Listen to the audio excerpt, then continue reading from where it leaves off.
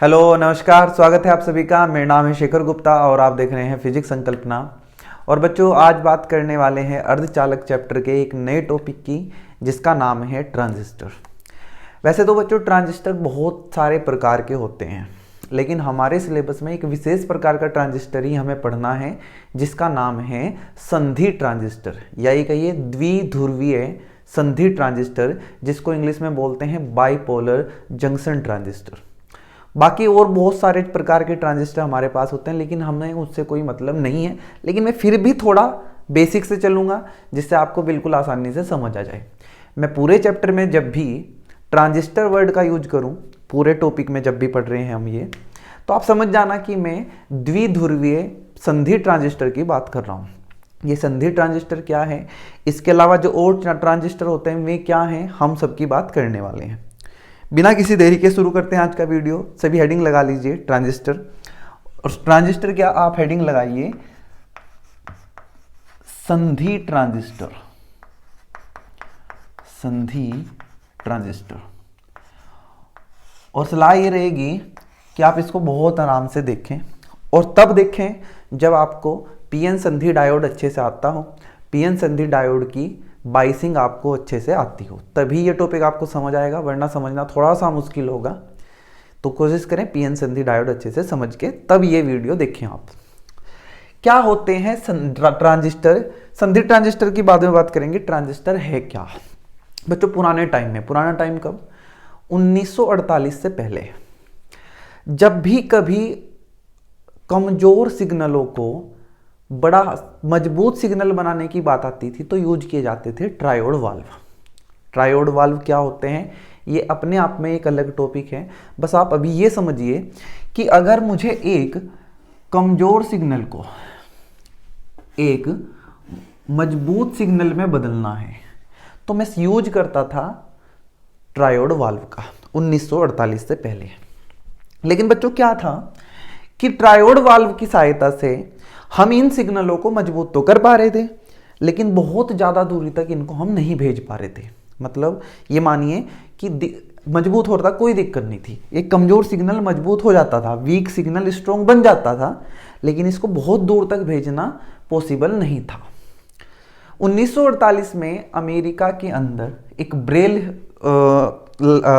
Laboratory है, उसके अंदर 3 साइंटिस्ट थे। उनके नाम मैं बता देता हूं, याद करने की जरूरत नहीं है, सिर्फ नॉलेज के लिए बता रहा हूं। साइंटिस्ट का नाम क्या था 3 का? बार्डिन, ब्रिटेन, और एक थे हमारे सोकले। ये 3 साइंटिस्ट थे।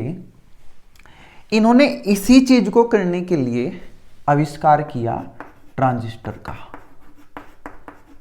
किसका? ट्रांजिस्टर। इसका नाम ट्रांजिस्टर क्यों रखा गया, ये भी एक अपने आप में एक बात है, उसको हम बाद में आपको बताऊंगा, आज की वीडियो में या अगले वीडियो में, कि इसका नाम ट्रांजिस्टर क्यों है। पहले समझते हैं कि काम क्या है। तो सबसे पहली बात तो आप ये समझिए कि ट्रांजिस्टर का जो आविष्कार किया गया था वो इन 3 साइंटिस्ट के द्वारा 1948 में किया गया था, 1947 के दिसंबर में। किस लिए? कमजोर सिग्नलों को मजबूत सिग्नल बनाने के लिए। किसका आविष्कार किया? ट्रांजिस्टर का। क्या ये काम पहले नहीं हो पा रहा था? हो पा रहा था, लेकिन दिक्कत ये थी कि इन सिग्नलों को दूर तक नहीं भेजा जा रहा था। अब ये कमजोर सिग्नल और वीक मजबूत सिग्नल क्या है? क्या आपके स्कूल में कभी कोई प्रोग्राम हुआ, आपने देखा होगा 15 अगस्त 26 जनवरी पे कोई बच्चा माइक लेके खड़ा हुआ है और गाना गा रहा है, तो आपको आवाज बहुत तेज सुनाई दे रही, बहुत दूर तक सुनाई दे रही है। क्या वो बच्चा उतनी ही तेज बोल रहा है क्या? नहीं। जिस आवाज में बोल रहा है वो कैसे सिग्नल है? वीक सिग्नल, कमजोर सिग्नल। जैसे वो माइक पकड़ रखा है, वो बोल रहा है कुछ, तो वो क्या है? Weak signal. इस माइक और जो वो वहां लगा है, जिसको हम बोलते हैं एम्पलीफायर, गाड़ियों में भी आपने सुना होगा एम्पलीफायर लगे होते हैं, और जब वो माइक जिससे कनेक्ट है, वो डब्बा सा आपने देखा होगा, वो है एम्पलीफायर। उसके अंदर ये लगे हैं ट्रांजिस्टर। ये ट्रांजिस्टर क्या करते हैं? उस बच्चे की आवाज को जो कम है उसको बढ़ा के, किसकी सहायता से? ट्रांजिस्टर की सहायता से बढ़ती है, एम्पलीफायर बनते हैं ट्रांजिस्टर की सहायता से। एम्पलीफायर क्या करते हैं? कम आवाज को ज्यादा आवाज कर देते हैं, मतलब कमजोर सिग्नल को मजबूत सिग्नल में बदल देते हैं। ये काम कौन कर रहे हैं? ट्रांजिस्टर। तो ट्रांजिस्टर की खोज का कारण ही ये था कि हम कमजोर सिग्नलों को मजबूत सिग्नल में बदलना चाहते थे। बाद में इसी ट्रांजिस्टर का यूज बहुत सारी चीजों में होने लगा। अभी हमारा मतलब वो है ही नहीं कि यूज कहाँ हो रहा है, अभी तो हमें सिर्फ ये पढ़ना है कि ट्रांजिस्टर क्या है। बच्चों 1948 में जब बार्डिन, ब्रेटन और सोकले ने मिलकर ट्रांजिस्टर का निर्माण किया, उस ट्रांजिस्टर का नाम था बिंदु संपर्क ट्रांजिस्टर। बिंदु संपर्क ट्रांजिस्टर। कुछ समय बाद 1951 में ये जो साइंटिस्ट थे तीसरे नंबर के, सोकले, इन्होंने बनाया एक नए तरीके का ट्रांजिस्टर जो बहुत ज्यादा फेमस हुआ, जिसका नाम था संधि ट्रांजिस्टर। और यही हमारे सिलेबस में है, संधि ट्रांजिस्टर। ये संधि ट्रांजिस्टर क्या होता है, इसी को हमें पूरे डिटेल में पढ़ना है। क्या संधि ट्रांजिस्टर के अलावा भी होते हैं ट्रांजिस्टर? बिल्कुल जी। एक ट्रांजिस्टर होता है फील्ड इफेक्ट ट्रांजिस्टर, उसके अलावा भी बहुत सारे ट्रांजिस्टर हैं, हमें उनकी कोई बात नहीं करनी है। हमारे सिलेबस में बस हमें क्या पढ़ना है, संधि ट्रांजिस्टर। तो अब तक हमें यह पता चला कि ट्रांजिस्टर का जो आविष्कार किया गया वो क्यों किया गया, इसके लिए कमजोर सिग्नलों को मजबूत सिग्नल में बदलने के लिए। इसके बाद भले ही उससे कितने भी काम किए गए हों, वो अलग बात है। आज ट्रांजिस्टर का इतना यूज है आपके फ़ोन में, आपके कंप्यूटर्स में, ट्रांजिस्टर के बिना तो हम इनको कल्पना भी नहीं कर सकते अपने फ़ोन की, अपने कंप्यूटर्स की। ध्यान ये रखिए, बहुत ही बड़ी खोज है ये, बहुत ही बड़ा आविष्कार था। इसके लिए इन्हें तीनों को बाद में नोबेल पुरस्कार भी मिला, ट्रांजिस्टर के आविष्कार के लिए या निर्माण के लिए। तो चलिए अब बात हम कर चुके हैं थोड़ी सी हिस्ट्री की, अब शुरू करते हैं कि ट्रांजिस्टर बनता कैसे है। ये जो हमारा संधि ट्रांजिस्टर है, जंक्शन ट्रांजिस्टर है, ये बनेगा कैसे, और यहीं से आपके सिलेबस का काम शुरू होता है। जो आपको मैंने बताया ये तो सिर्फ आपकी नॉलेज के लिए था। हुआ क्या बच्चों, 1951 में सोकले ने जो संधि ट्रांजिस्टर बनाया, उसमें उन्होंने क्या किया, ध्यान से देखना,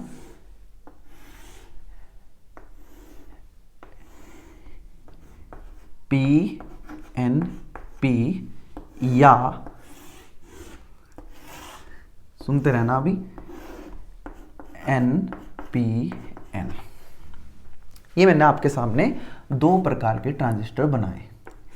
इसको बोला जाता है बच्चों PNP ट्रांजिस्टर। क्यों बोला जाता है अभी बता रहा हूं।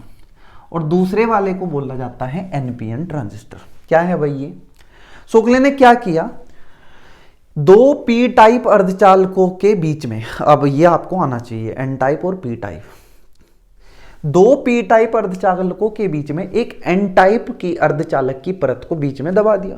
कहने की बात है दबा दिया।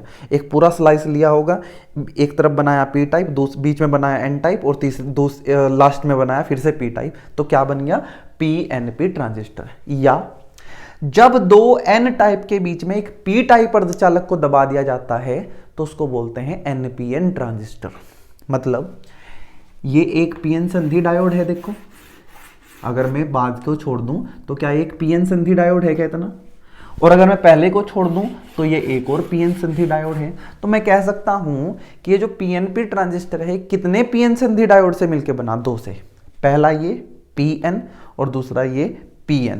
भले ही NP दिख रहा है, बोलेंगे तो हम PN ही।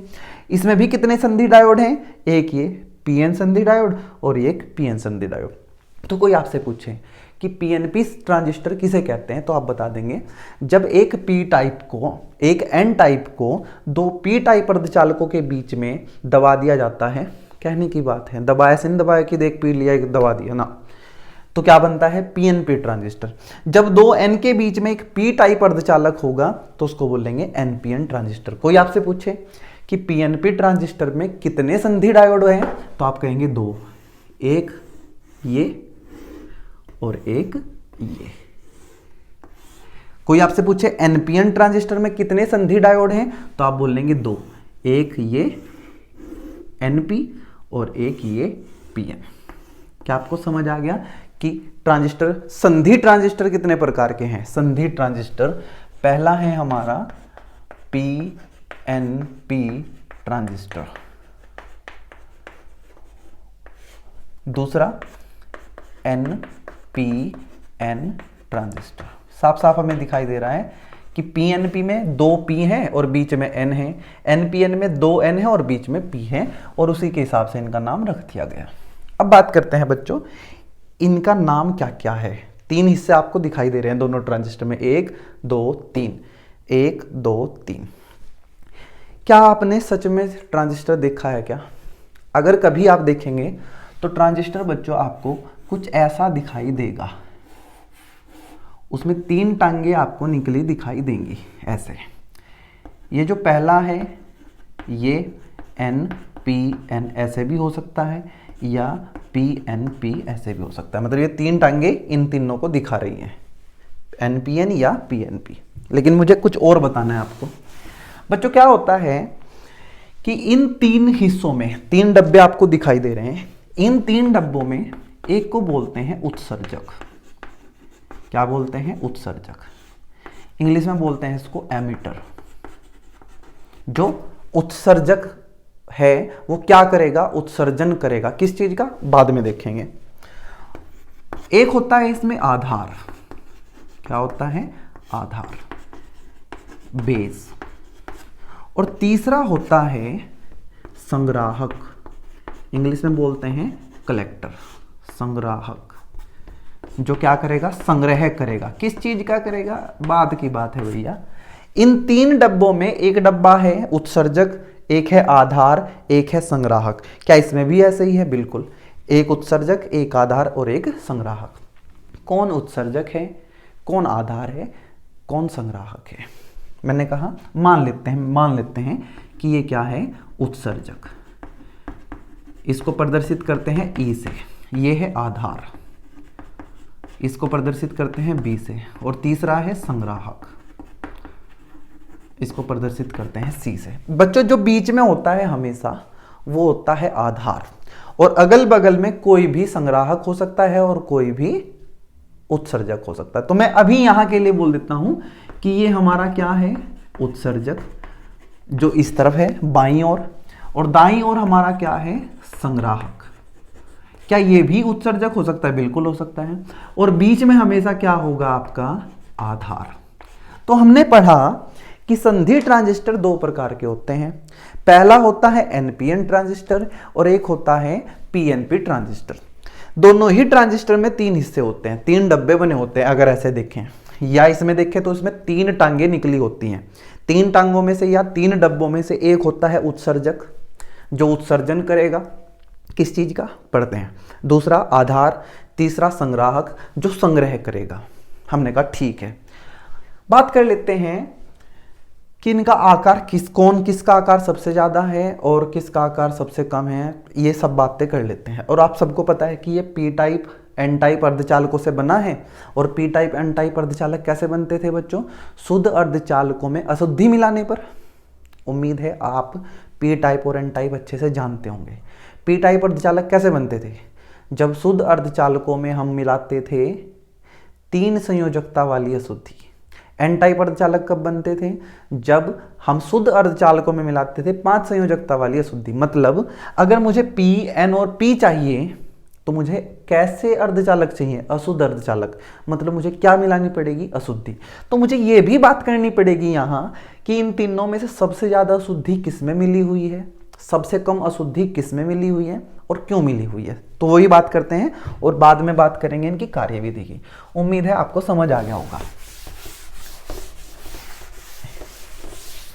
चलिए मैं यहां एक टेबल बना रहा हूं भाई, ऐसे।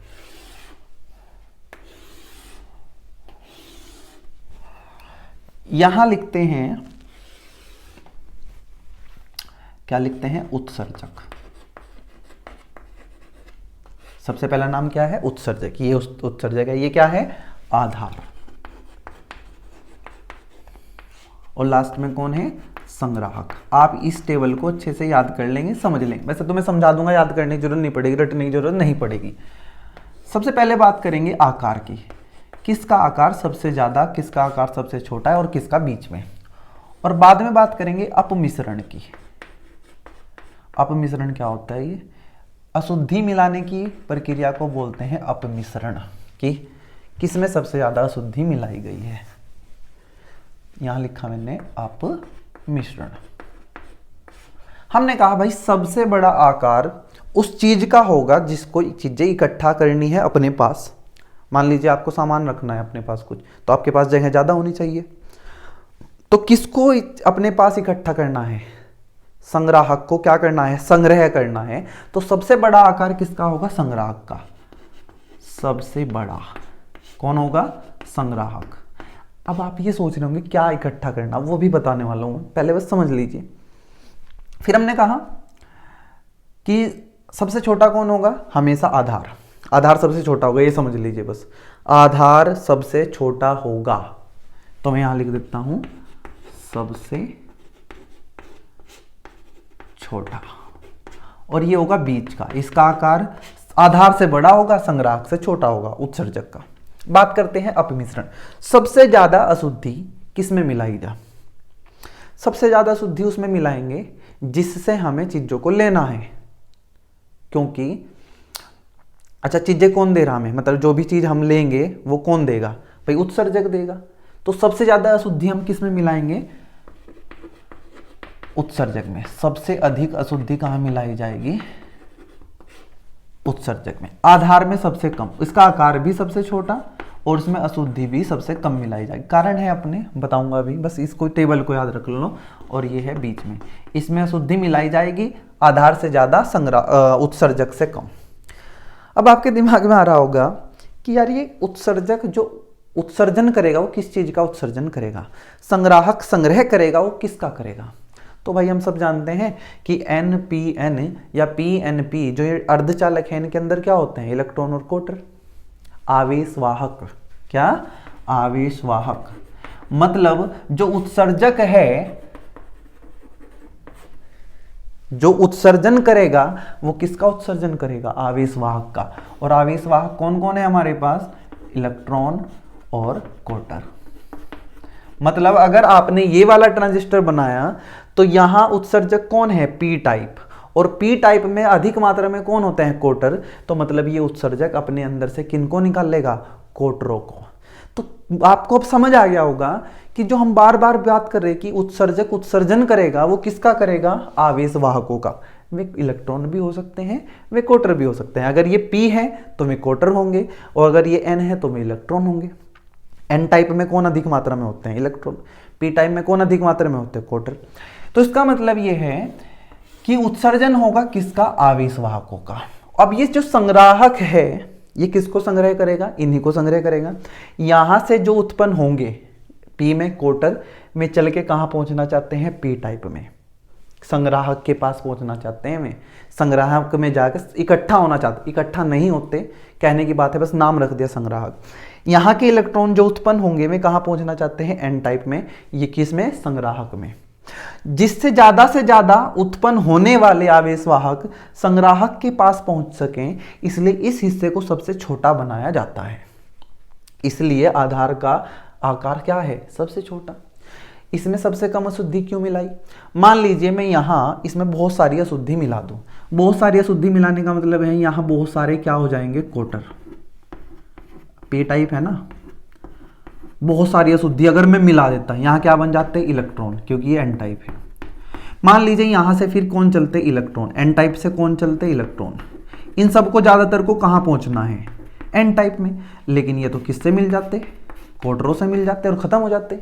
इसलिए हमने कहा कि ज्यादा से ज्यादा इलेक्ट्रॉन यहां और यहां कोटर संग्राहक के पास पहुंच सकें, इसलिए इसको पतला रखा गया जिससे इनको ज्यादा यहां रहना ना पड़े। और इसमें अशुद्धि इसलिए कम मिलानी पड़ी हमें, क्योंकि अगर ज्यादा अशुद्धि में मिला देता तो यहाँ के इलेक्ट्रॉन यहाँ आके कोटरों से मिल जाते, या यहाँ के कोटर यहाँ से इलेक्ट्रॉनों से आके मिल जाते। इसलिए मैं चाहता हूँ कि यहाँ के कोटर ज़्यादातर यहाँ पहुँच जाएं, वे यहाँ किसी इलेक्ट्रॉन से ना मिले तो बहुत कम मिले, इसलिए यहाँ अशुद्धि कम मिलाई गई है। क्या अब आपको ये क्लियर हो गया कि उत्सर्जक का काम क्या है? आवेशवाहकों का उत्सर्जन, चाहे वो इलेक्ट्रॉन है और चाहे वो कोटर है। आधार का काम क्या है? जोड़ के रखना उत्सर्जक और संग्राहक को। उत्सर्जक संग्राहक का काम क्या है? उत्सर्जक से आने वाले आवेशवाहकों को इकट्ठा करना। ज्यादा से ज्यादा उस आवेशवाहक संग्राहक में पहुंच सकें, इसलिए आधार का आकार क्या रखा गया है, बहुत छोटा। उसमें अशुद्धि क्या मिलाई गई है, बहुत कम। उत्सर्जक में अशुद्धि सबसे ज्यादा क्यों मिलाई गई है, क्योंकि वहां से बहुत सारे आवेशवाहक हमें चाहिए। वहां अशुद्धि कम मिलाऊंगा मैं तो वहां से आवेशवाहक कम पैदा होंगे, इसलिए उत्सर्जक में सबसे ज्यादा अशुद्धि मिलाई गई है। संग्राहक का आकार सबसे बड़ा क्यों है, क्योंकि उसे अपने पास आवेशवाहकों को इकट्ठा करना है, इसलिए उसका आकार बड़ा होना चाहिए। तो ये टेबल उम्मीद है आपको समझ आ गई होगी। आ गई समझ तो आप इसको नोट कर लें जल्दी से। और फिर हम बात करने वाले हैं क्रियाविधि की, कार्य कैसे करता है ट्रांजिस्टर। चलिए हटा रहा हूं मैं इसको।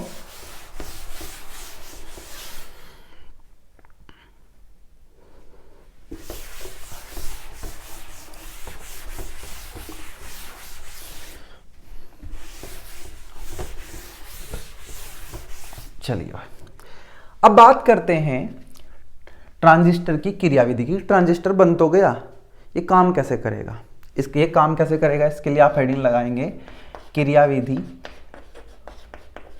और दो ट्रांजिस्टर हैं, एक आप अगर अच्छे से समझ लेंगे कोई सा तो दूसरा अपने आप आपको समझ आ जाएगा। मैं आपको समझाता हूं, पीएनपी ट्रांजिस्टर समझा दूं या एनपीएन। चलो ऐसा करते हैं, पीएनपी ट्रांजिस्टर समझते हैं। कौन सा ट्रांजिस्टर की कार्यविधि, अरे लास्ट में चलो एनपीएन भी कर लेंगे जल्दी से, कोई दिक्कत नहीं है। तो सबसे पहले बनाते हैं पीएनपी ट्रांजिस्टर। कितने डब्बे बनाऊं, 3। 3 में सबसे बड़ा कौन होगा, संग्राहक। सबसे छोटा कौन होगा, आधार। और बीच का कौन होगा, उत्सर्जक। ये हमारा क्या है, उत्सर्जक। मैं इसको लिख रहा हूं ई मतलब एमीटर। यह है हमारा आधार, बेस मतलब बी। और ये हमारा संग्राहक मतलब कलेक्टर। और ये है कौन, ये है पी, ये है एन, और ये है हमारा पी। ठीक है जी। कितनी संधि है यहाँ, 2। एक संधि ये और एक संधि ये। मैं आपको बार बार बता रहा हूँ कि पीएनपी ट्रांजिस्टर या एनपीएन ट्रांजिस्टर कैसे बन रहे हैं, 2 पीएन संधि को मिला के। पहली ये है और दूसरी ये है। अच्छा जी, क्या ऐसे ये ट्रांजिस्टर रखा हुआ है आपके सामने, क्या ये ऐसे काम कर देगा क्या, नहीं, बिल्कुल ऐसा काम ये नहीं कर सकता। इसके लिए आपको इसको करना पड़ेगा सक्रिय, एक्टिव करना पड़ेगा। ट्रांजिस्टर को एक्टिव या सक्रिय करने का तरीका क्या है, आप इनकी करेंगे बाइसिंग। इसलिए मैंने कहा था कि आपको पिछला सारा अच्छे से आना चाहिए अगर ट्रांजिस्टर समझना है। इसको बाइसिंग करने के लिए, अच्छा सबसे पहले बात करते हैं, थोड़ा सा बाद में करेंगे बाइसिंग की बात, कि पी टाइप के अंदर कौन ज़्यादा होंगे, बहुसंख्यक। यहाँ अल्पसंख्यक की हम बात ही नहीं करेंगे, हम सिर्फ किसकी बात करने वाले हैं, बहुसंख्यक की। पी टाइप के अंदर होंगे क्वार्टर। क्वार्टर को मैं ऐसे बना रहा हूँ, कितने क्वार्टर बनाए मैंने, 2 4 6। पी टाइप के अंदर भी क्वार्टर होंगे, लेकिन क्योंकि यहाँ अशुद्धि हमने कम मिलाई है इसलिए यहाँ कम क्वार्टर होंगे, कितने, 4। एन टाइप के अंदर होंगे इलेक्ट्रॉन, लेकिन क्योंकि इसमें अशुद्धियाँ सबसे कम मिलाई गई है इसलिए यहाँ मैंने केवल 2 इलेक्ट्रॉन दिखाए हैं। ऐसे ही मैं ज़्यादा भी यहाँ दिखा क्वार्टर और बना दूं, लेकिन नहीं, डायग्राम अच्छे से आपको समझ आना चाहिए। पी टाइप में कौन बहुसंख्यक, क्वार्टर। एन टाइप में कौन, इलेक्ट्रॉन। पी टाइप में फिर कौन, क्वार्टर। यहाँ क्वार्टर क्यों ज़्यादा है, क्योंकि यहाँ सबसे ज़्यादा शुद्धि मिलाई। यहाँ इलेक्ट्रॉन कम क्यों है, क्योंकि यहाँ शुद्धि कम मिलाई। क्या ये अल्पसंख्यक है, ना ना ना ना, ये है बहुसंख्यक ही, लेकिन इनकी संख्या कम है। अब आप कहेंगे कि जब संख्या कम है तो अल्पसंख्यक होनी चाहिए। अरे भाई, यहाँ क्वार्टर भी है और क्वार्टर इन इलेक्ट्रॉनों से भी कम है। यहाँ इलेक्ट्रॉन भी हैं, लेकिन इलेक्ट्रॉन तो यही, एन के अंदर कौन भी है, क्वार्टर भी हैं, लेकिन उनकी संख्या इनसे भी कम है, इसलिए यहाँ क्वार्टर क्या है, अल्पसंख्यक, और ये क्या है, बहुसंख्यक। इनकी संख्या इनकी तुलना में कम है। देखो यहाँ ज़्यादा क्वार्टर है, यहाँ इलेक्ट्रॉन कम है। उम्मीद है आप समझ गए होंगे। अब आपको क्या करना है, इसकी बाइसिंग करनी है। बाइसिंग मतलब इसको एक्टिव मोड में लाना है। अच्छा बच्चों मुझे बताओ, अगर आपको कहीं सप्लाई देनी है वोल्टेज, मतलब आपको एक बैटरी है तो बैटरी के कितने टर्मिनल आपको चाहिए, 2। बैटरी आपने देखी होगी ना, तो बैटरी में कितने टर्मिनल चाहिए, 2 चाहिए। तो हमने क्या किया, इस आधार और इस उत्सर्जक के बीच में एक बैटरी लगाई। कैसे लगाएंगे अभी बात करेंगे। अब यहां हम देंगे इस बैटरी से इसको फॉरवर्ड बाइसिंग। फॉरवर्ड बाइसिंग जानते होंगे, अगर P को मैं प्लस के साथ और N को मैं माइनस के साथ जोड़ दूं तो कहते हैं कि ये पीएन संधि डायोड क्या हो गया, फॉरवर्ड बायस। ध्यान ये रखना कि अगर आपको इसको एक्टिव करना है तो ये पहली संधि जो है उत्सर्जक आधार संधि, क्या बोलते हैं इसको, उत्सर्जक आधार संधि, इसको आपको क्या करना पड़ेगा, फॉरवर्ड बायस, अग्रदिशिक। उसके लिए आपको P को प्लस से N को माइनस से जोड़ना पड़ेगा। और ये बाद वाली संधि जो है जिसको बोलते हैं संग्राहक, अच्छा मैं लिख दूं क्या एक बार, ये है आपका उत्सर्जक, ये है आपका आधार और ये है आपका संग्राहक। इस संधि को बोलते हैं बच्चों संग्राहक आधार संधि और इसको बोलते हैं उत्सर्जक आधार संधि। इसको किया हमने फॉरवर्ड बायस और बच्चों इसको करेंगे रिवर्स बायस। रिवर्स बायस कैसे होता है, जब P को जोड़ेंगे माइनस से और N को जोड़ेंगे प्लस से तो इसको बोलते हैं रिवर्स बायसिंग। क्या बोलते हैं, रिवर्स बायस। N को जोड़ा प्लस से और P को जोड़ा माइनस से। तो हमने क्या कहा कि ट्रांजिस्टर को अगर क्या सक्रिय करना है, क्या करना है, सक्रिय मतलब एक्टिव। एक्टिव करने के लिए आपको जो उत्सर्जक आधार संधि है, उत्सर्जक आधार संधि है, उसको क्या करना पड़ेगा, अग्रदिशिक, फॉरवर्ड बायस। कुछ बच्चों के दिमाग में आ रहा होगा क्यों, अभी बताता हूं क्यों। और जो दूसरे वाली संधि है संग्राहक आधार संधि, संग्राहक आधार संधि, इसको क्या करना पड़ेगा, पश्चदिशिक। अभी सुनना, अभी मजा आएगा इसमें, ऐसा नहीं है कि बस रट के चले जाएंगे ना, समझ के जाएंगे। पश्चिती, बस अभी इतना तो रट लो कि इसको फॉरवर्ड बायस करना है, इसको रिवर्स बायस क्यों करना है समझो। अच्छा मुझे बताओ इन कोटरों को कहां जाना है, संग्राहक के पास, हाँ या ना। इन कोटरों को कहां जाना है, संग्राहक के पास। कोटर पे कैसा आवेश होता है, प्लस। अगर इन पे प्लस आवेश है तो इन्हें इधर भेजने के लिए यहां कैसा चाहिए, प्लस चाहिए, तो यहां प्लस को प्लस से जोड़ दिया। अब अगर प्लस P प्लस से जुड़ा है तो उसका मतलब फॉरवर्ड बायस है, इसलिए इसको फॉरवर्ड बायस करना पड़ा। अच्छा अगर ये NPN होता, क्या होता, NPN, तो यहां कौन होते, इलेक्ट्रॉन।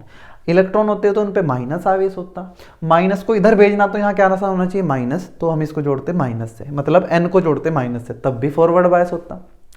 इसका मतलब इस पहली संधि को हमें फॉरवर्ड बायस इसलिए करना पड़ रहा है क्योंकि यहां उत्पन्न, यहां जो आवेश वाहक बैठे हैं वे किसकी तरफ चलने लगे, संग्राहक की तरफ। मेन मोटिव तो हमारा ये है कि यहां के आवेश वाहक संग्राहक में पहुंच जाए, इसीलिए तो कर रहे सारा काम हम ये। और यहां है कोटर, कोटर पे है प्लस आवेश, तो यहां प्लस करना पड़ेगा, उसके लिए यहां प्लस लगाना पड़ेगा। आपने कहा चलो ठीक है, ये तो समझ आ गया कि पहली संधि हमने क्या की, फॉरवर्ड बायस, क्योंकि कोटरों को यहां पहुंचाना है। तो कोटर भाई यहां से ऐसे चलेंगे, ये चलने लगेंगे। लेकिन दिक्कत ये है बच्चों कि रास्ते में इन्हें मिलेंगे इलेक्ट्रॉन। वैसे तो ये इलेक्ट्रॉन भी इस तरफ भागेंगे क्योंकि देखो यहां माइनस है, इलेक्ट्रॉन पे कैसा आवेश, माइनस, और यहां माइनस, तो इलेक्ट्रॉन भी चलेंगे। लेकिन मैं समझाने के लिए अभी ये मान लेता हूं कि ये नहीं चले, चलते हैं। तो जब ये कोटर इस तरफ चलेंगे तो ये कोटर इलेक्ट्रॉन से मिलके क्या हो जाएंगे, पुनः संयोजित हो जाएंगे, मतलब खत्म हो जाएंगे एक दूसरे से। होता भी ऐसा, इसलिए जानबूझ के हमने आधार में कम शुद्धि मिलाई जिससे यहाँ कम इलेक्ट्रॉन हो। कम इलेक्ट्रॉन यहाँ होंगे तो हमें कम यहाँ मिल पाएंगे कोटरों से और ज्यादातर कोटर यहाँ चले जाएंगे। लेकिन ऐसा तो नहीं है कि हमने यहाँ शुद्धि नहीं मिलाई है, अशुद्धि तो मिलाई, भले ही कम मिलाई है। तो यहाँ के जो कुछ इलेक्ट्रॉन है लगभग 2%, मान लीजिए अगर यहाँ से 100 कोटर चले तो उन 100 कोटर में से 2 कोटर यहाँ इलेक्ट्रॉनों से मिल जाएंगे और बाकी 98 कहाँ चले जाएंगे, आगे। उनकी बात बाद में करते हैं, पहले इस हिस्से को निपटाते हैं। होता क्या है बच्चों, जैसे ही ये फॉरवर्ड बायस होगा यहाँ के कोटर संधि की तरफ चलना शुरू करेंगे और यहाँ के बहुत कम इलेक्ट्रॉनों से मिलकर पुनः संयोजित हो जाएंगे। क्या इस बात को लिख लें हम, इसको हटा रहा हूं मैं, बहुत मजा आएगा इसमें।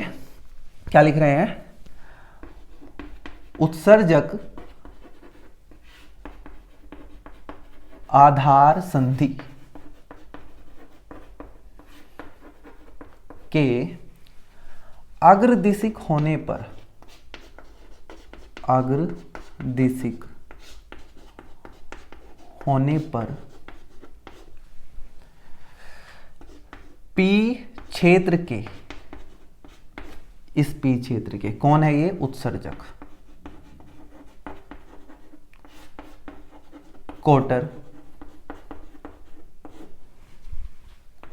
आधार की ओर चलने लगते हैं, आधार की ओर चलने लगते हैं। तो आसान है, कोटर चले किसकी तरफ? आधार की। इनमें से कुछ कोटर कितने? 2%। बस यहां से 100 कोटर चले, केवल 2। इनमें से कुछ कोटर आधार में उपस्थित इलेक्ट्रॉनों से संयोग कर लेते हैं, मिल जाते हैं, संयोग कर लेते हैं। वे बाकी 98% संग्राहक की ओर चल देते हैं।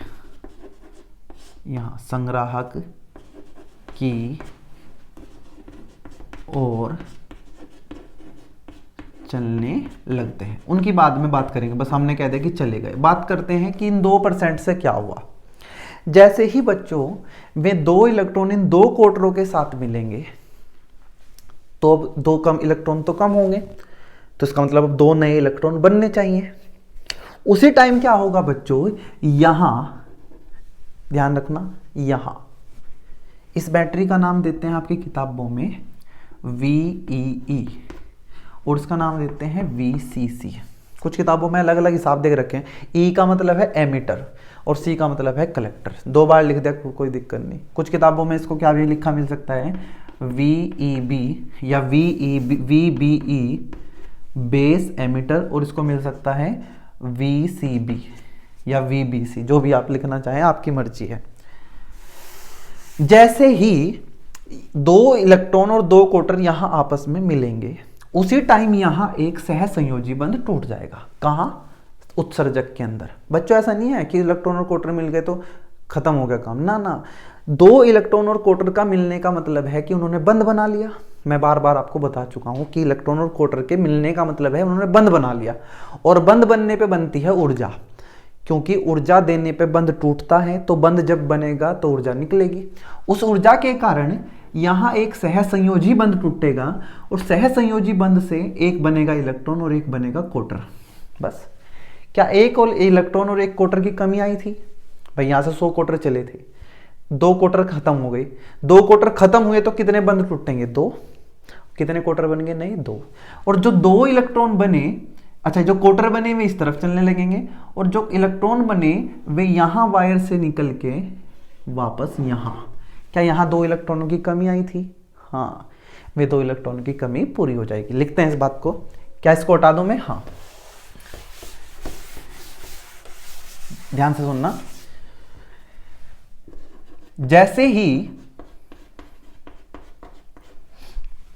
आधार के अंदर, मैं मान रहा हूं कि ये सब काम कहां हो रहा है? आधार। पुनः संयोजन किसके अंदर हो रहा है? आधार के अंदर। जैसे ही आधार के अंदर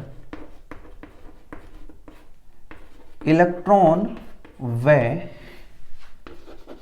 कोटर संयोजित होते हैं, जुड़ते हैं एक दूसरे से, संयोजित होते हैं। क्या होते हैं? संयोजित। बहुत आराम से मैं करा रहा हूं, एक कॉम्प्लिकेटेड सा टॉपिक है, जल्दी से समझ नहीं मतलब आ जाता है, जल्दी से मैं बोल रहा हूं। संयोजित होते हैं। उसी समय, ध्यान रखना, उसी समय उत्सर्जक के अंदर, उत्सर्जक के अंदर किताबों में लिखा होता है कि VEE के पास, मतलब यहां की बात कर रहे हैं, मान लो उत्सर्जक के अंदर एक सहसंयोजी बंध टूट जाता है। सहसंयोजी बंध टूट जाता है। जैसे ही एक इलेक्ट्रॉन कोटर यहां मिले, यहां एक सहसंयोजी बंध टूट जाता है और एक इलेक्ट्रॉन व कोटर का उत्पादन हो जाता है। उत्पादन मतलब बन जाता है। थोड़ी सी वैसी भाषा लिख रहा हूं, समझ जाना बस आप, कि जैसे यहाँ एक इलेक्ट्रॉन कोटर मिलेगा, यहाँ एक बंध टूटेगा तो एक इलेक्ट्रॉन बनेगा और एक कोटर। उत्पन्न कोटर बताओ जल्दी से। उत्पन्न कोटर आधार की ओर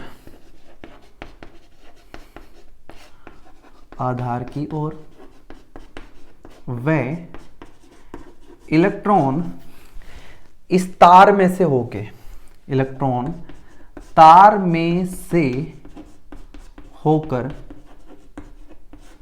आधार में प्रवेश कर जाता है। आधार में प्रवेश कर जाता है, ध्यान से कर जाता है। मतलब इलेक्ट्रॉन यहां से चलेगा ऐसे ऐसे ऐसे और यहां से जाके यहां प्रवेश कर जाएगा। अगर मैं आपको पूछूं क्या इस इलेक्ट्रॉन के यहां चलने की वजह से यहां एक धारा उत्पन्न होगी, तो आपका जवाब होना चाहिए हाँ, क्योंकि इलेक्ट्रॉन क्या उत्पन्न करते हैं, धारा, और धारा की दिशा इलेक्ट्रॉन के चलने के विपरीत दिशा में होती है, ये भी आपको पता होगा। इलेक्ट्रॉन ऐसे चला है क्या, तो इसका मतलब धारा होगी नीचे की तरफ। और बच्चों क्योंकि ये धारा कहां से निकलती हुई दिखाई दे रही है हमें, आधार से, इसलिए इसको बोलते हैं आधार धारा और प्रदर्शित करते हैं बच्चों इसको IB से। तार में से होकर आधार में प्रवेश कर जाता है। इन इलेक्ट्रॉनों की वजह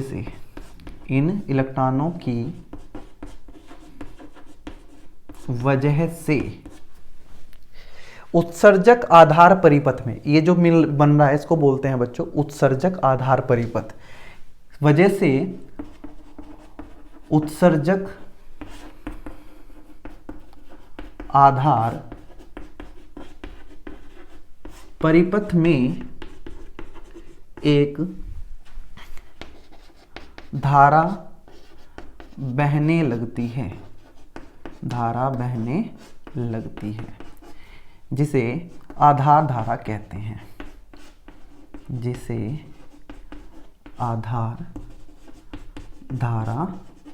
किससे प्रदर्शित करते हैं, IB से। I का मतलब करंट और B का मतलब बेस। उम्मीद है इतनी बातें आपको समझ आ गई होगी कि मैंने आपको क्या बताया है।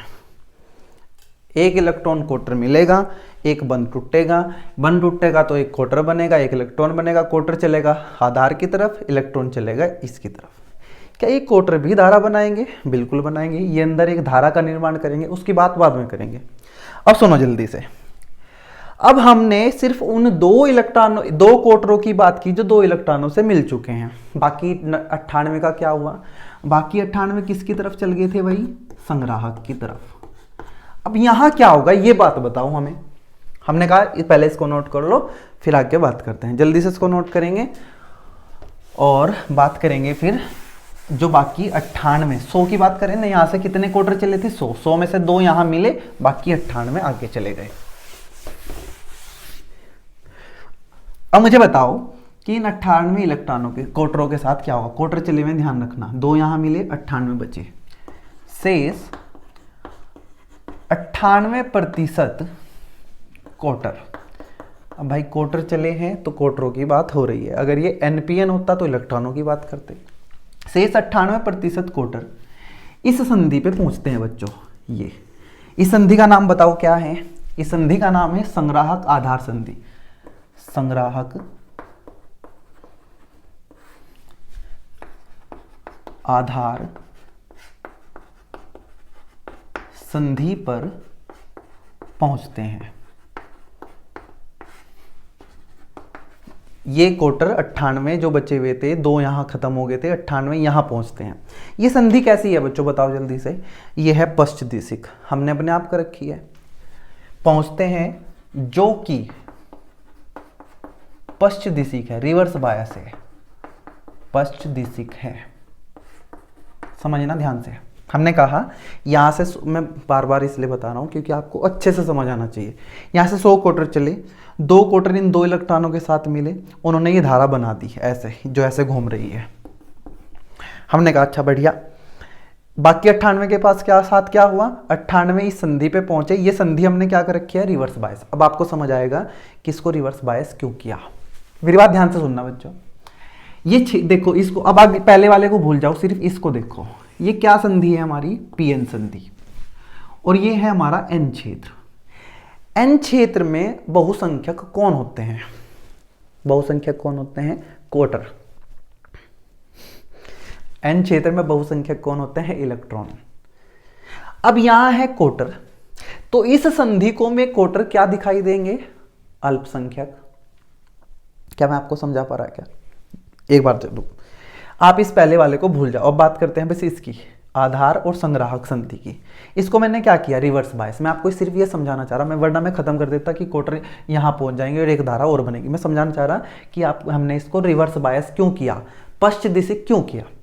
जैसे ही क्वार्टर यहां पहुंचे में 98, इस संधि को में क्वार्टर दिखाई देंगे अल्पसंख्यक। क्यों दिखाई देंगे भाई अल्पसंख्यक, क्योंकि वे किस क्षेत्र में है, एन क्षेत्र में, और एन क्षेत्र में क्वार्टर क्या होते हैं, अल्पसंख्यक। भले ही में 98 आए हैं, इससे मतलब नहीं है।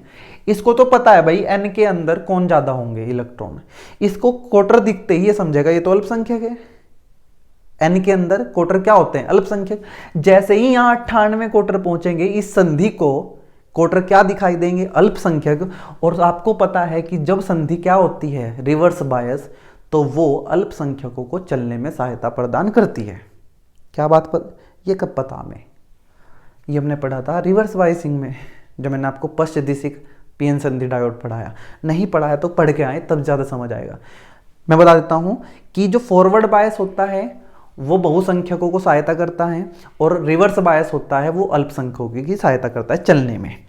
ये संधि रिवर्स बायस है, और यहां क्वार्टर कैसे दिखाई दे रहे हैं इसको, अल्पसंख्यक। तो इसका मतलब ये इन क्वार्टरों को एकदम से कहेगा कि जाओ भाई, आपको कोई दिक्कत नहीं है, आपको हम नहीं रोकेंगे। हाँ, अगर यहाँ इलेक्ट्रॉन होते तो हम इनको यहाँ नहीं जाने देते। क्यों, क्योंकि मैं तो हूँ रिवर्स बायस, मैं मतलब ये संधि, और इस संधि के लिए इलेक्ट्रॉन यहाँ क्या है, एन के अंदर बहुसंख्यक, एन में कौन ज्यादा होने चाहिए, इलेक्ट्रॉन। तो ये संधि रिवर्स बायस होने की वजह से क्वार्टरों को आसानी से यहाँ पहुंचा देगी। अब आपको समझ आया होगा कि ये रिवर्स बायस क्यों है। अगर मैं इसको फॉरवर्ड बायस कर देता, ध्यान देना, इसको फॉरवर्ड बायस कर देना, तो ये संधि बहुसंख्यकों की सहायता करती, मतलब इलेक्ट्रॉनों की सहायता करती, और क्वार्टरों को यहाँ से पास ना होने देती। और मैं चाह रहा हूँ कि क्वार्टर यहाँ से चल के यहाँ पहुंच जाए।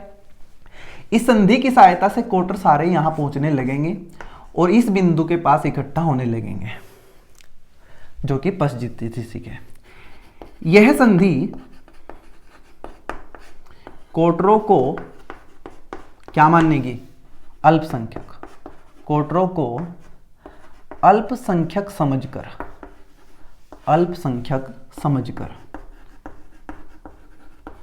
जो पश्च दिशिक होते हैं वे अल्पसंख्यकों की सहायता करते हैं। अल्पसंख्यक समझकर उनको आसानी से संधि पार करा देती है। क्वार्टरों कहेगी जाइए, आपको कोई दिक्कत नहीं है, हम आपके साथ हैं, आप आगे बढ़ो। वह क्वार्टर, इसको बोलते हैं सी, इसको बोलते हैं बिंदु बी, टर्मिनल बोलते हैं, और इसको बोलते हैं टर्मिनल ई। वह क्वार्टर सी टर्मिनल की तरफ, सी टर्मिनल तक पहुंच जाते हैं। अब क्या होगा, क्वार्टरों ने यहां पहुंचना शुरू किया। जैसे ही यहां कोई क्वार्टर पहुंचेगा, इस बैटरी को होगी दिक्कत, और ये अपने अंदर से एक इलेक्ट्रॉन निकाल लेगी और यहां भेजेगी। ये बैटरी जैसे ही से पता चलेगा कि सी पे कौन पहुंचा है, क्वार्टर, ये यहां से एक इलेक्ट्रॉन ऊपर की तरफ दौड़ाएगी, और वो इलेक्ट्रॉन इस क्वार्टर से मिलकर क्या कर देगा, इसको खत्म कर देगा। मतलब क्या हो जाएगा, संयोजन। तो हम लिखेंगे जैसे ही सी पर कोई क्वार्टर पहुंचता है, कोई क्वार्टर पहुंचता है,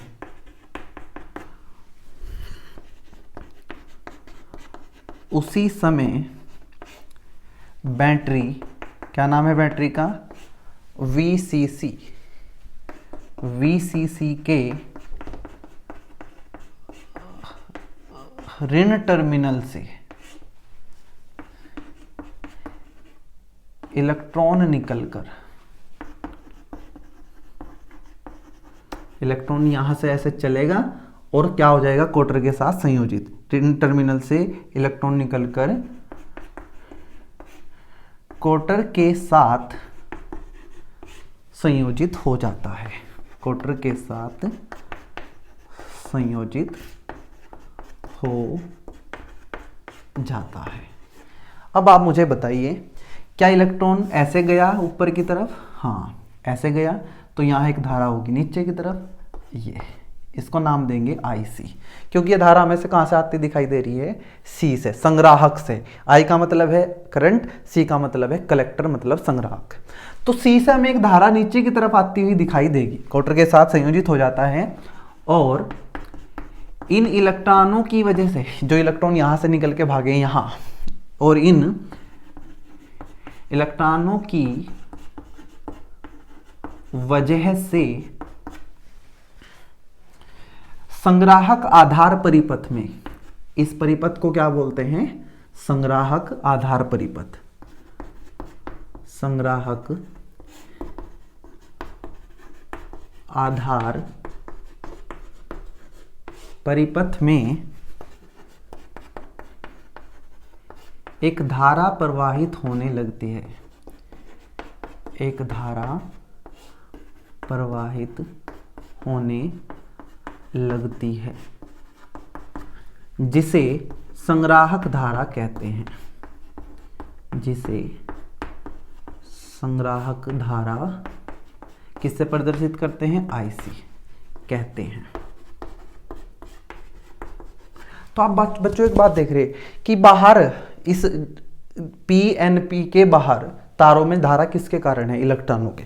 एक इलेक्ट्रॉन ऐसे भागा था, यहाँ बना था ऐसे, तो यहाँ धारा किसके कारण है, इलेक्ट्रॉन के। इलेक्ट्रॉन यहाँ से भागा तो यहाँ भी धारा किसके कारण है, इलेक्ट्रॉन के। मतलब ट्रांजिस्टर के बाहर तारों में धारा किसके कारण है, पूछते हैं सवाल कि बाहर तारों में धारा किसके कारण है, कोटरों के, इलेक्ट्रॉन के। तो आपका जवाब होगा इलेक्ट्रॉनों के कारण, धारा IC कहते हैं। अब बच्चों इस बिंदु पे आते हैं, इस बिंदु को मैं नाम देता हूं O, और इसको हटाने वाला हूं मैं। अब हम लास्ट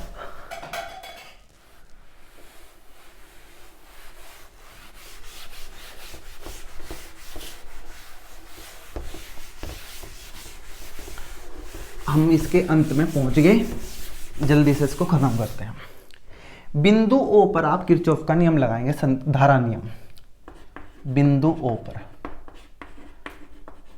बिंदु O पर बताइए मुझे, यहां आपको एक ऐसे देखो, बिंदु O यहां बना देता हूं, एक धारा आ रही है ऊपर से IB, मतलब आधार से, और एक धारा आई है संग्राहक से IC। तो अगर मैं कहूं कि एक धारा यहां I है, तो वो दो I धारा किससे मिलके बनी है, IB और IC से। तो मैं लिख दूंगा I बराबर IB प्लस IC। मतलब अगर इन दोनों धाराओं को मैं संधि इस बिंदु O पे जोड़ूं, तो जो यहाँ नई धारा है वो किसके बराबर है, IB प्लस IC। ये यहाँ से आई, ये यहाँ से आई, दोनों ने मिलकर क्या बनाया, IB प्लस IC। और क्योंकि ये धारा किसकी तरफ बढ़ रही है, E की, इसलिए इसको धारा को बोलते हैं IE। क्या बोलते हैं, IE, मतलब उत्सर्जक धारा। I क्या है बच्चों, उत्सर्जक धारा। IB क्या है, आधार धारा। क्या है, आधार धारा। और IC क्या है, आपकी संग्राहक धारा। तो आपको अगर कोई पूछ ले कि इस परिपथ में कितनी धारा है टोटल, तो आप कहेंगे 3। वैसे तो 2 ही हैं, 2 ही तो मिलके तीसरी बना रहे हैं, लेकिन फिर भी हम बोल देंगे उत्सर्जक धारा, आधार धारा और संग्राहक धारा। दोनों धाराओं ने मिलके इस धारा का निर्माण किया है। और बच्चों ये धारा ना बहुत कम है। आप कहेंगे क्यों भाई, कैसे पता? अरे भाई यहाँ ये धारा किसके कारण है, उन इलेक्ट्रॉनों के जो यहाँ से भाग के गए हैं। और कितने इलेक्ट्रॉन भागेंगे, जितने इलेक्ट्रॉन और क्वार्टर यहाँ मिलेंगे, 2% तो मिल रहे हैं। ये धारा है 98% और ये है 2%।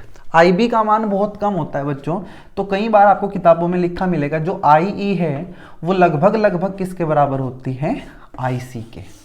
एक्चुअल फॉर्मूला ये है IE बराबर IB प्लस IC, लेकिन क्योंकि IB धारा बहुत कम है, क्यों है, क्योंकि ये धारा किसके कारण है, उन इलेक्ट्रॉनों के कारण जो यहाँ पुनः संयोजन के कारण आ रहे हैं, और पुनः संयोजन यहाँ बहुत कम है क्योंकि यहाँ बहुत कम अशुद्धि हमने मिलाई हुई है। हमारा मोटिव भी यही है कि ज़्यादा से ज़्यादा संग्राहक धारा हमें मिले, हम नहीं चाहते कि आधार धारा बहुत ज़्यादा हो, क्यों नहीं, वो आगे पढ़ेंगे, अभी आपको इतना समझ आना चाहिए। उम्मीद है आपको ये समझ आ गया होगा। और लास्ट में बात कर लेते हैं इसके संकेत की, ट्रांजिस्टर का संकेत।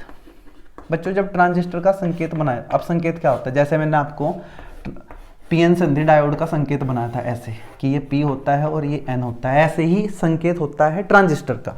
ट्रांजिस्टर का संकेत होता है बच्चों ऐसे 3 डंडों से, ये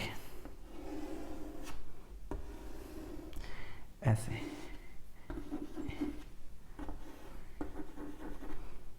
अब आप कहेंगे ये क्या है, ये 3 टर्मिनल है, 1 2 3, इसको बोलते हैं बेस, आधार। ये क्या है, आधार। इसमें से किसी एक को उत्सर्जक, एक को संग्राहक, मैं इसको लिख देता हूं संग्राहक और एक को लिख देता हूं उत्सर्जक। अच्छा देखो, संग्राहक भी किससे मिला हुआ, आधार से, और उत्सर्जक भी किससे मिला हुआ है, आधार से, क्योंकि आधार बीच में है। ये आप समझेंगे बात, कभी आप इसको आधार बोलते नहीं बोल सकते भाई, आधार दोनों से जुड़ा हुआ है, उत्सर्जक से भी और संग्राहक से भी। अब यही संकेत ऐसा ही लगभग एनपीएन का होगा, लेकिन इसमें थोड़ा सा फर्क है। अब मुझे एक बात बताओ, यहां से कोटर किसकी तरफ बढ़ रहे हैं, आधार से की तरफ, उत्सर्जक से आधार की तरफ, और कोटर जिस दिशा में चलते हैं बच्चों, धारा उसी दिशा में होती है। हम ट्रांजिस्टर के अंदर धारा देखना चाहते हैं, ट्रांजिस्टर के अंदर धारा किसके कारण है, कोटरों के कारण, और बाहर किसके कारण है, इलेक्ट्रॉनों के कारण। बाहर की बात हमें करनी ही नहीं, हमें तो ट्रांजिस्टर की बात करनी है। ट्रांजिस्टर के अंदर धारा केवल किसके कारण है, कोटरों के कारण, और कोटर चल रहा है P से N, मतलब उत्सर्जक से आधार की तरफ, उत्सर्जक से आधार की तरफ, तो धारा की दिशा भी यही होगी। सब जानते हैं कि धारा की दिशा क्या होती है, इलेक्ट्रॉनों के विपरीत और कोटरों की दिशा में। कोटर चल रहे हैं उत्सर्जक से आधार की तरफ, तो धारा भी कहाँ चलेगी, उत्सर्जक से आधार की तरफ। तो ये संकेत किसका है बच्चों, PNP ट्रांजिस्टर का। ऐसे ही हमें पढ़ना है NPN ट्रांजिस्टर। मेरी कोशिश रहेगी कि मैं उसको आपको समझा दूं, वैसे तो कुछ नहीं है, बस यहाँ इलेक्ट्रॉन हो जाएंगे, यहाँ कोटर और यहाँ इलेक्ट्रॉन, इन ये बैटरियाँ उल्टी हमें करनी पड़ेंगी। अच्छा, किसी के दिमाग में ये भी आ सकता है कि ये छोटी बैटरी क्यों लगाई और ये बड़ी बैटरी क्यों लगाई। छोटी बैटरी का कारण ये, बड़ी बैटरी का, छोटी का तो कोई मतलब नहीं, बड़ी बैटरी लगाने का मतलब ये है कि ये संधि ना हमें ज़्यादा पश्च दिशिक चाहिए, रिवर्स बायस, जिससे ज़्यादा से ज़्यादा यहाँ आवेशवाहक पहुंच सकें, चाहे वे इलेक्ट्रॉन है चाहे कोटर है। हम चाहते हैं कि यहाँ से चलने वाले आवेशवाहक ज़्यादातर यहाँ पहुँचे, इसलिए हमने ये बड़ी बैटरी लगाई। और बच्चों ध्यान रखना, इस संधि का, ये जो संग्राहक आधार संधि है, इसका प्रतिरोध होता है बहुत ज़्यादा, क्योंकि रिवर्स बायस है, और इस संधि का प्रतिरोध होता है बहुत कम, क्योंकि ये क्या है, फॉरवर्ड बायस। ये क्वेश्चन आपसे पूछे जा सकते हैं कि उत्सर्जक आधार संधि या संग्राहक आधार संधि में किसका प्रतिरोध ज़्यादा होता है, तो आप ध्यान रखेंगे कि उसका प्रतिरोध ज़्यादा होगा जो रिवर्स बायस होगी। और कौन रिवर्स बायस होती है, संग्राहक आधार संधि। उम्मीद है मैं आपको ये समझा पाया हूँगा, मैंने पूरी कोशिश की है बच्चों। अगर आपको समझ आया है तो NPN समझने में तो कोई दिक्कत नहीं आएगी, नहीं समझ आएगा तो कोशिश करना एक बार देखने की, आराम से चीज़ों को आराम से करेंगे तो सब हो जाएगा। पिछली चीज़ें समझ के आएंगे तो ज़्यादा अच्छा रहेगा। उम्मीद है समझ आया ही होगा। तो मिलते हैं नेक्स्ट वीडियो में, शायद मैं उसमें आपको NPN ट्रांजिस्टर की क्रियाविधि जल्दी से समझा दूंगा, और फिर करते हैं नए टॉपिक जो आगे हमें करने हैं। तब तक के लिए आप पढ़ते रहें, धन्यवाद।